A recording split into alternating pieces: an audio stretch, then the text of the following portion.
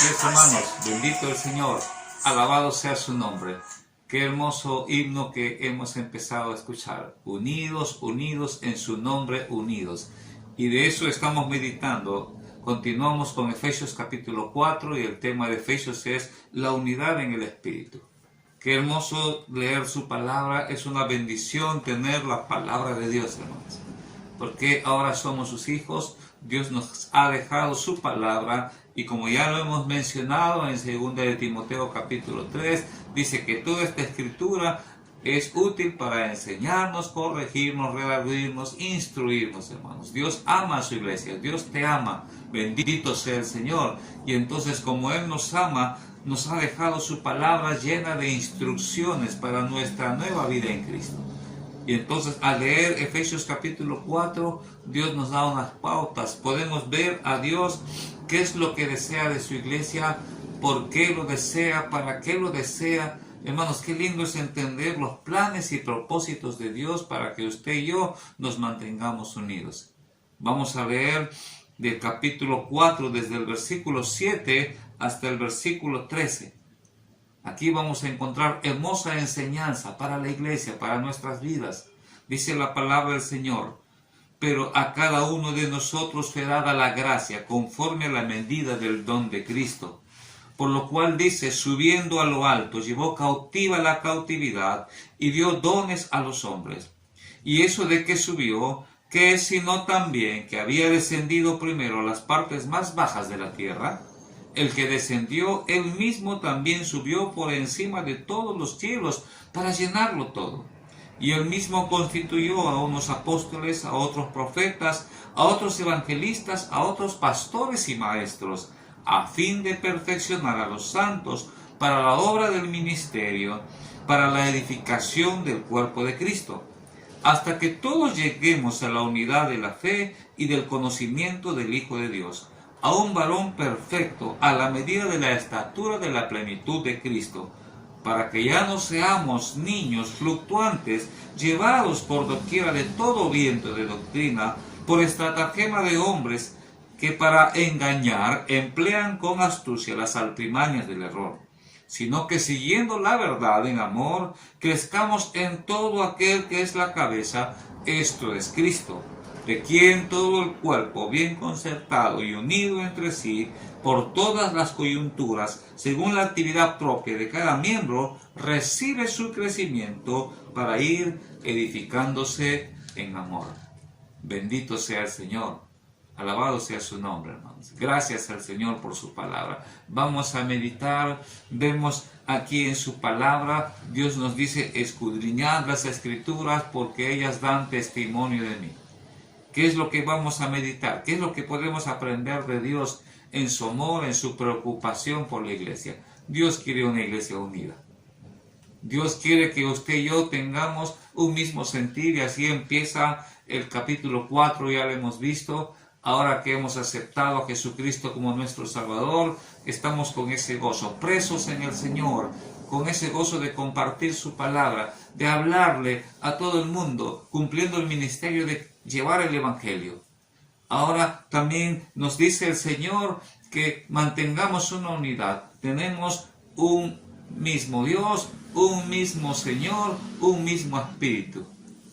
Todos sentimos ese gozo cuando nos entregamos al Señor, pero cada uno de nosotros es totalmente diferente en nuestras experiencias, en nuestra vida, y ahora comienza el Señor con su palabra a unirnos. Dios es un Dios de orden y Él quiere una iglesia que esté organizada, porque tenemos que ser luz, hermanos, una iglesia que esté firme. Y en esta lectura vamos a ver 4 cosas importantes. Primero, cuando hablamos de la unidad del Espíritu, dice, ¿qué es lo que desea Dios? Miren, ¿cuál es el deseo de Dios para mantenernos unidos? ¿Qué es lo que quiere Dios? El versículo 12 dice, a fin de perfeccionar a los santos para la obra del ministerio, para la edificación del cuerpo de Cristo. Primera cosa, hermanos, Dios quiere que usted y yo nos vayamos perfeccionando. Dios quiere que usted y yo crezcamos en el cuerpo. Ese es el deseo, hermanos. Desea Dios que nos perfeccionemos, porque tenemos fallas, tenemos errores, cada uno de nosotros tiene su forma de pensar, pero a través de su palabra, Dios desea que usted y yo vayamos perfeccionándonos a la medida del don de Cristo, dice la palabra de Dios. Dice el versículo 15, que sigamos la verdad en amor y que crezcamos en todo aquel que es la cabeza. Esto es Cristo. Perfeccionarnos, pero siguiendo la verdad, su palabra. Y termina diciendo el versículo 16, para recibir el crecimiento y edificarnos en amor. Primera cosa que vemos, ¿qué es lo que desea el Señor? Que como iglesia nos perfeccionemos, crezcamos juntos, con un mismo sentir. Segunda cosa, ¿para qué lo desea? Miren lo que dice el versículo 13, hasta que todos lleguemos a la unidad de la fe y del conocimiento del Hijo de Dios, a un varón perfecto, a la medida de la estatura de la plenitud de Cristo. Qué hermoso, hermanos. ¿Para qué quiere el Señor que vayamos perfeccionándonos? Dice, hasta que lleguemos a la unidad de la fe. Un mismo sentir, hermanos. Lamentablemente, a veces aceptamos a Jesucristo y cada uno quiere vivir a su manera y piensa a su manera, y a veces por eso se han formado muchas religiones y sectas, porque cada uno quiere hacer las cosas a su manera. No, el Espíritu de Dios es uno, su palabra es una, por lo tanto, Dios nos ha dado su palabra para estar en unidad. El que comienza a distorsionar y a dividir y confundir nuestros pensamientos es Satanás. Pero nosotros tenemos que entender que es un mismo Dios y Padre, dice la palabra, para todos, un mismo Señor Jesucristo y ese mismo Espíritu. No hay 2, 3, 4, 5 enseñanzas ni entendimientos. La palabra de Dios tiene una sola enseñanza y en la cual nosotros tenemos que entender. Cada hombre saca a su manera diferentes enseñanzas. Si es verdad, en la palabra podemos sacar de un versículo muchas enseñanzas, pero todos nos llevan a una sola unidad en Cristo Jesús. No podemos confundir eso, ¿no? Y entonces, ¿cuál es el propósito de Dios? Por eso dice, ¿por qué lo desea? ¿Por qué Dios desea que nos mantengamos unidos? Dice el versículo 14, miren lo que dice, para que ya no seamos niños fluctuantes, llevados por donde quiera por todo viento de doctrina. Nos advierte el Señor, para que ya no seamos niños fluctuantes, que nos llevados, arrastrados. Escuchamos hermanos decir, hermanos, ¿no? Yo asistí a esa iglesia y en esa iglesia he visto otra cosa y a mí me parece que está mejor así, y he asistido a otra iglesia y en esa iglesia he visto y cosas diferentes. Hermanos, no, la iglesia es una, el Espíritu es uno, su palabra es uno. Lo importante es que usted y yo nos dispongamos a conocer la palabra de Dios, a dejarnos guiar por el Espíritu Santo.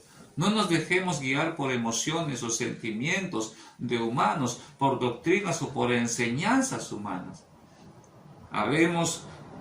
Aquí en su palabra vemos que el Señor nos advierte. ¿Y qué dice el Señor? Por estratagema de hombres que para engañar emplean con astucia las artimañas del error. Eso es el por qué. ¿Por qué Dios quiere que estemos unidos? Porque por ahí anda Satanás disfrazado de ángel de luz, dice la palabra. Satanás se disfraza de un siervo de Dios. Ese es un ángel de luz, un siervo de Dios que predica la palabra. Pero Satanás se disfraza y comienza a enseñar y a hablar conforme a la concupiscencia, al deseo de los hombres, a su carnalidad. Y eso es lo que le gusta a la gente. No le gusta que le hablen de pecado, le gusta escuchar solamente que Dios le ama, que Él es bueno y que tú también puedes, pero sin hablarle del Evangelio, sin hablarle del pecado. Cuidado. El Espíritu Santo nos lleva a su palabra y todo el mensaje de la Biblia es Evangelio de salvación. La unidad en santidad, en amor. Perfeccionar nuestra fe en Cristo Jesús.